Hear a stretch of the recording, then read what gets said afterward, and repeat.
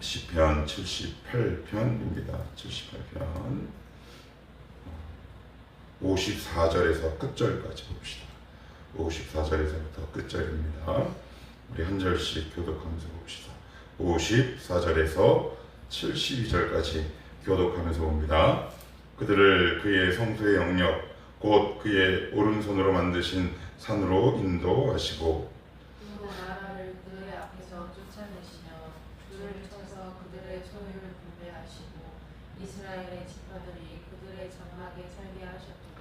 그러나 그들은 지존하신 하나님을 시험하고 반항하여 그의 명령을 지키지 아니하며 그들의 조상들같이 배반하고 거짓을 행하여 속이는 활같이 나아가서 자기 산당들로 그의 노여움을 일으키며 그들의 조각한 우상들로 그를 진노하게 하였음에 하나님이 들으시고 분하여 이스라엘을 크게 미워하사 사람 가운데 세우신 장막 곧 칠로의 성막을 떠나시고 그가 그의 능력을 포로에게 넘겨주시며 그의 영광을 대적의 손에 붙이시고 그가 그의 소유 때문에 분내사 그의 백성을 칼에 넘기셨으니 그들의 처녀는 불에 살라지고 그들의 처녀는 흥분을 들을 수 없었으며 그들의 제사장들은 칼에 엎드러지고 그들과 그들의 과부들은 애곡도 하지 못하였도다.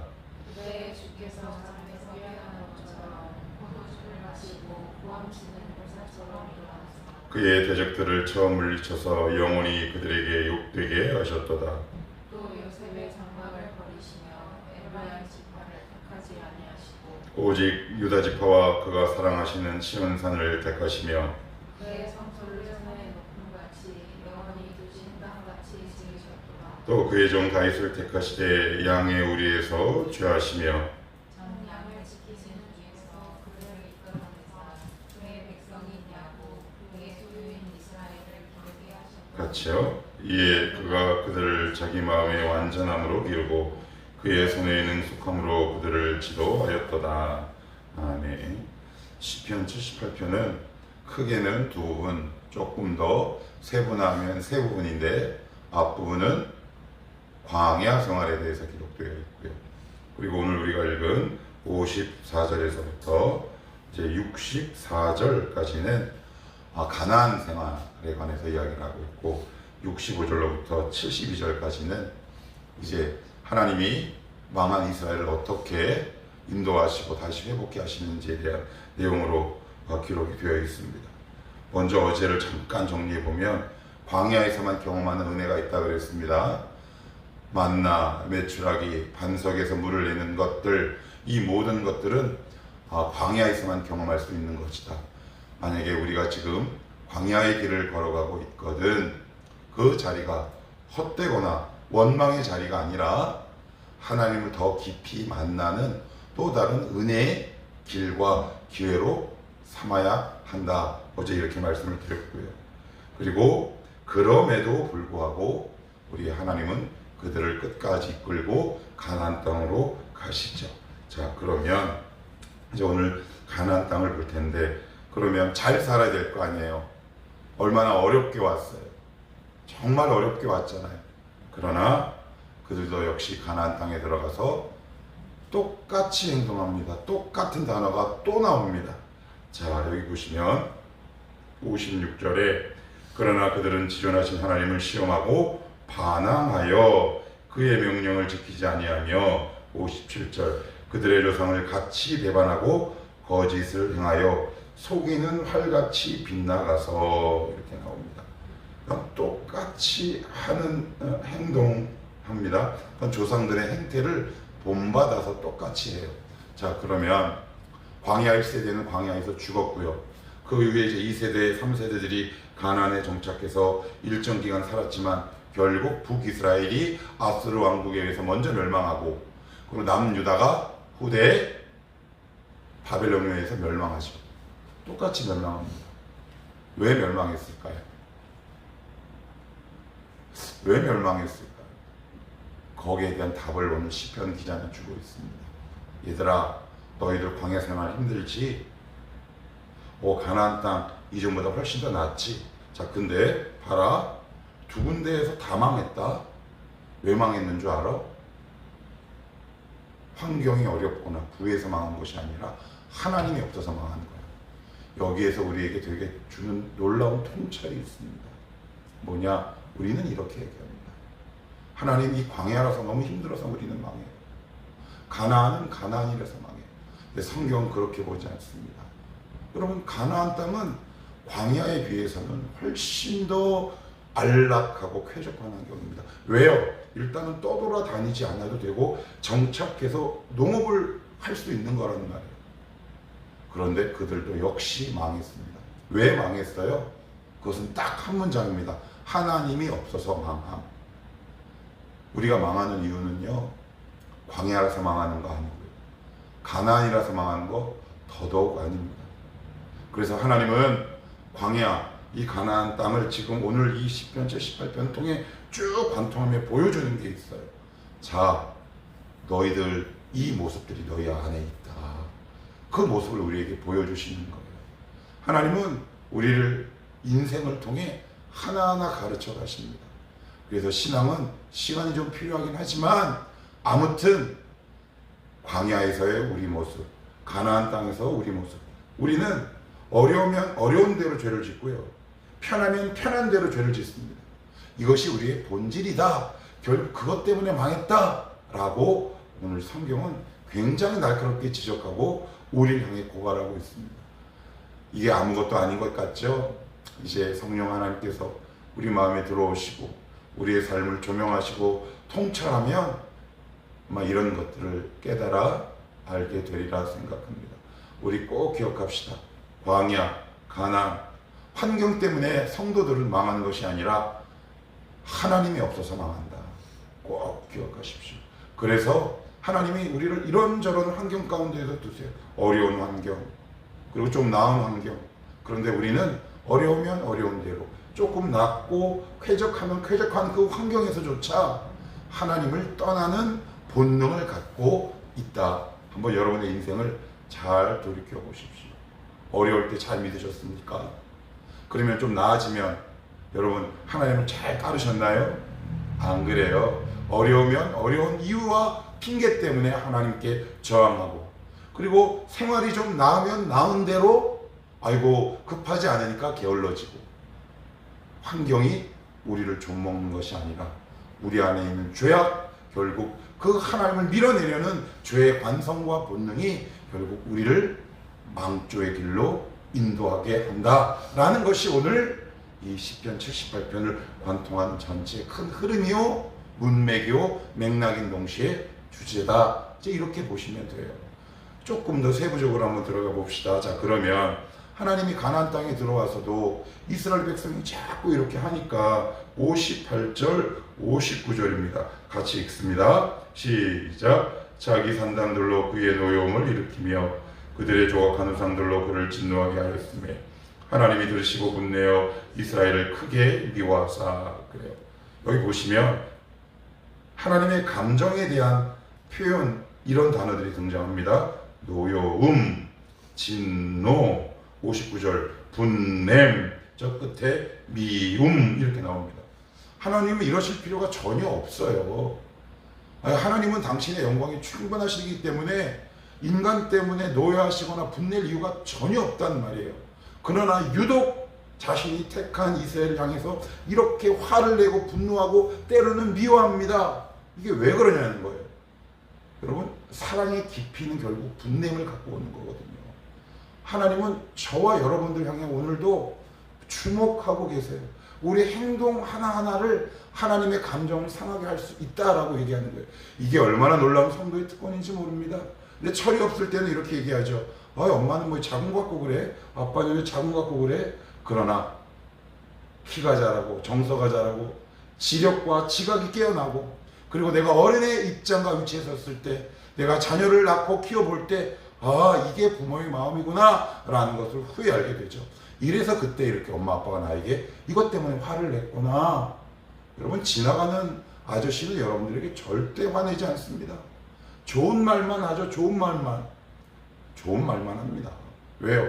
관계를 깨뜨릴 이유가 전혀 없습니다. 그런데 하나님은 우리만 사랑하시기에, 우리를 사랑하시기에 화내시고 분내하시고 미워하신다 라고 이야기합니다. 그런데 이럴 이유와 근거 전혀 없음에도 불구하고 하나님의 분노는 곧 사랑의 기포와 비례한다 라는 것을 꼭 기억하셔야 합니다. 하나님은 우리를 이렇게 사랑하신다. 그것이 바로 시편 기자가 우리에게 지금 호소하는 내용 아니겠습니까? 광야의 생활을 쭉 회고하고 가나안의 삶을 쭉 회고하며 이 아삽의 후손은 하나님이 우리를 이렇게 사랑하셨구나 라는 것을 지금 자신의 문체와 방법으로 담담하게 적어내려가고 있다. 좀 이렇게 말씀하세요. 자, 그리고 나서는 62절에도 보시면 62절, 61절부터 볼게요. 그가 그의 능력을 포로에게 넘겨주시며 그의 영광을 대적의 손에 붙이시고, 이게 무슨 말일까요? 그의 영광을 대적의 손에 붙이신다. 여러분, 하나님의 영광은 빼앗기지 않습니다. 이게 무슨 이야기냐? 북이스라엘은 차치하고 이 남유다가 이제 BC 572년에 바벨론에서 이제 망하게 되는데, 다니엘서 1장에 보면 이런 표현이 나옵니다. 그들이, 바벨론이 성전 기구 얼마를 그들의 신당에 넣으니라 라는 표현이 나옵니다. 이건 그냥 성전 기구를 넣었다라는 것이 아닙니다. 그 당시 성전 기구는 곧 하나님의 임재와 영광을 상징해요. 이게 무슨 이야기냐? 내 체면보다 너희들의 치유가 먼저라는 겁니다. 하나님이 이 유다를 이렇게 멸망에 이르기까지 치신 이유는 그 밑바닥에서 다시 시작하시기 위함이에요. 그러면 여러분, 자녀가 망하면 부모의 영예와 명예도 땅에 떨어진지요?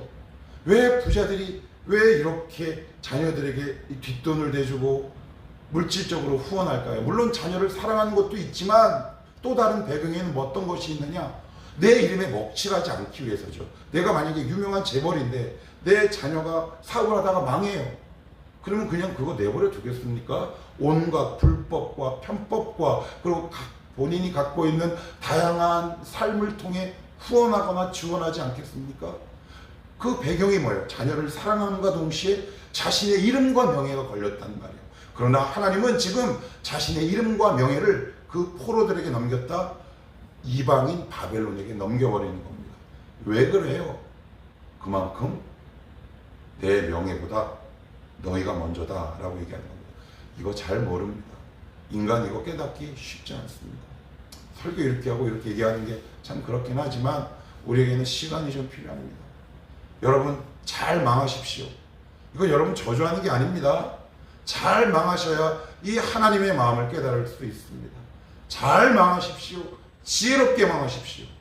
파괴적으로 망하지 마시고, 여러분들의 망하고 때로는 쓰러지고 때로는 폐허처럼 되는 그 현장에서 여러분 이 하나님의 마음을 읽어내셔야 합니다. 그래야 다시 하나님께 돌아올 수 있습니다. 그래야 다시 나의 신앙이 진짜 회복될 수 있죠. 하나님은 지금 그런 마음으로 우리를 그리고 이스라엘을 이렇게 보고 계신다. 영광을 대적의 손에 붙이세요? 말도 안 돼요. 말도 안 되는 겁니다. 저는 이렇게 못해요. 못할 것 같아요. 내 이름을 어떻게. 그런데 하나님은 그러실 이유가 없음에도 당신의 영광과 체면을 이스라엘의 회복을 위해 그 이방인들의 손에 넘겨버리신다라는 뜻을 담고 있습니다. 자, 그러면서 이제 하나님께서 67절, 68절에 이제 이렇게 이어갑니다. 또 요셉의 장막을 버리시며 에브라임 지파를 택하지 아니하시고 오직 유다 지파와 그가 사랑하시는 시온산을 택하시며, 이 요셉의 장막을 버리셨다라는 것은 이제 새로운 통치 방법으로 하나님이 당신의 백성들을 구원하시겠다라는 말입니다. 이게 뭐냐? 요셉의 장막과 에브라임 지파를 버린다. 그리고 68절에 오직 유다 지파. 오직 유다 지파는 누구예요? 다윗이에요. 다윗. 근데 다윗에게 한 언약이 있어요. 어떤 언약이냐? 뭐 여러 이유가 있겠지만 딱 한 단어로 요약할 수 있어요. 영원. 영원. 내가 너의 왕위를 영원히 패하지 않겠다. 그래서 하나님의 그 약속의 말씀처럼 다윗의 후손은 길어지죠. 그래서 어디까지 이어지나요? 예수 그리스도에게까지 이어집니다. 이게 굉장히 놀라운 하나님의 통치 방법과 구원의 은혜이죠. 여기서 굉장히 우리는 놀라운 진리를 발견할 수 있습니다. 하나님의 주권을 우리는 알 수 있어요. 누군가를 택하고 누군가를 버리시는 것, 그것은 전적인 하나님의 주권이다. 이 말씀 앞에 우리는 두 가지 양가 감정을 가져야 합니다. 첫째는 감사와 사랑이죠. 감사한 겁니다. 저와 여러분을 아무 이유 없이 택하신 거예요. 이진성이라는 한 이 못난 놈을 하나님이 택하시고 부르시고 하나님의 우리 주님의 핏값으로 사신 이 청아람 아름다운 공동체를 책임지는 목사로 섬기신 그 모든 배경과 이유에는 어떤 이유와 근거도 없고 오직 하나님의 주권과 궁율 이외에는 없다. 저만 그렇습니까? 여러분도 그렇습니다. 그래서 여러분, 이것이 얼마나 영예로운 일이고 명예로운 일이고 감사한 일인지 모른다. 그럼 두 번째, 두려우셔야 합니다. 두려워해야 합니다. 왜요? 하나님의 주권이기 때문에 그렇습니다. 우리도 하나님의 마음만 먹으면 얼마든지 버리실 수 있는 그런 존재에 불과하죠. 그럼에도 불구하고 우리를 선택하셨다는 것 자체만으로 우리는 하나님께 모든 영광을 올려드릴 수 있어야 합니다. 우리가 누리는 이 모든 것들이 의무라고요?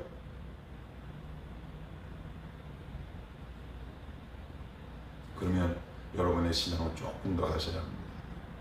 영광이요, 특권이요, 특혜요, 감사의 자리인 거죠.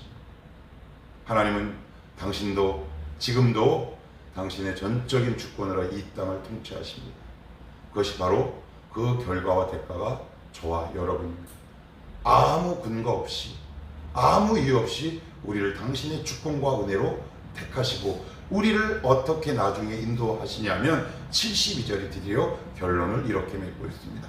같이 읽어봅시다. 시작. 이에 그가 그들을 자기 마음의 완전함으로 기르고 그의 손의 능숙함으로 그들을 지도하였도다. 이게 이제 유다 지파를 얘기하는 것이기도 하지만 동시에 우리도 여기에 속하는 거죠. 두 단어로 압축하면 완전함과 능숙함이에요. 완전함이란 단어 안에 사실 모든 결론이 맺는 겁니다. 하나님의 모든 통치 방법은 완전합니다. 지금도 성도를 통치하는 방법은 완전합니다. 이것을 우리가 정말 믿어낼 때 우리는 신앙이 흔들리지 않을 수 있습니다. 우리의 신앙이 왜 흔들릴까요? 아니, 여러분까지 갈 곳도 없습니다. 저부터 봐도 그렇습니다. 우리의 모든 불신앙은 하나님의 통치가 완전하지 않는다라는 자기 나름의 믿음과 확신 때문에 그렇습니다. 여러분이 언제 믿음이 흔들립니까? 하나님 살아계시지 않네? 하나님 역사하시지 않네? 하나님 나의 때에 채우시지 않네? 하나님이 나를 인도하시지 않는 것 같네? 내가 아프네? 이 모든 외적이고 눈에 보이는 환경 때문 아닙니까? 그러나 그 거풀을 까고 또 뒤집고 그 핵심으로 들어가 보면 하나님은 지금도 우리를 향해 완전한 계획과 통치를 갖고 계신다. 이 사실이 믿어질 때 우리는 담대할 수 있습니다. 왜요? 하나님이 어련히 나의 인생을 아름답게 책임지지 않겠느냐는 거죠. 여기서 하나님을 바라보는 신앙의 시선이 나오는 거 아니겠습니까? 여기서 하나님을 향한 절대적인 신뢰와 순종이 나오지 않겠습니까? 하나님이 나의 인생을 눈동자같이 보고 계시며 완전하게 책임지시고 능숙하게 나를 기르시고 인도하신다. 오늘도 이 믿음 위에 서서 하나님 속을 썩이는 이스라엘과 그 광야 시대에 우리들의 믿음의 선대처럼 하지 말고 그 하나님의 완전하고 능숙한 손 아래 딱 붙들려서 우리들의 남은 인생을 지혜롭고 평탄하고 기쁨과 평안의 길로 걸어가시기를 주님의 이름으로 축복합니다. 기도합시다.